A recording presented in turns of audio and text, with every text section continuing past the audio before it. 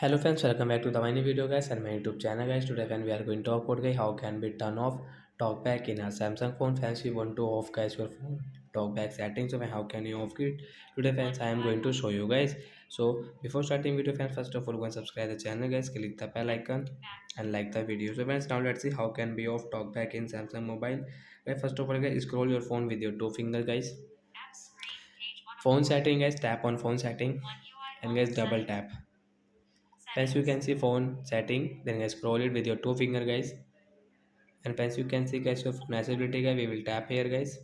One tap and guys double tap. Talkback setting guys one tap and friends again double tap. Friends on talkback, tap here, off, turn off, double tap. So once your talkback will off in your Samsung phone guys.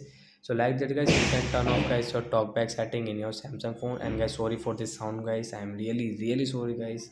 Focus on only video. Bye bye friends, thanks for watching the video guys.